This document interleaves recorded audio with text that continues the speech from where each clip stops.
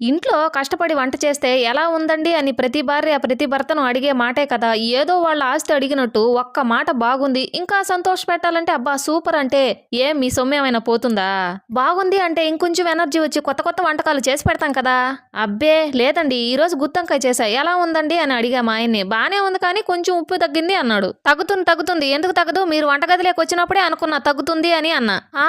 ఉప్పు కాదే కొంచెం కారం తగ్గినట్టుంది. ఎక్కడ ఆలోచిస్తున్నావో ఏంటో అన్నాడు. అవును మరి మీరు ఇంటికి సాయంత్రం తొందరగా టైంకి వస్తే బాగుంటుంది. ఏంటో ఎందుకు రాలేదో ఎందుకు లేట్ అయిందో అనుకుంటూ ఆలోచిస్తూ కొంచెం కారం తగ్గింది.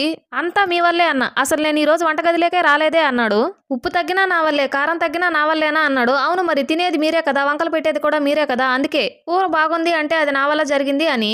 కూరకు వంకలు పెడితే మొత్తం మీ వల్లే చెడిపోయిందని అర్థం. వండేది నేనే, దాన్ని విక్రించేది మీరే కదా అన్నాను.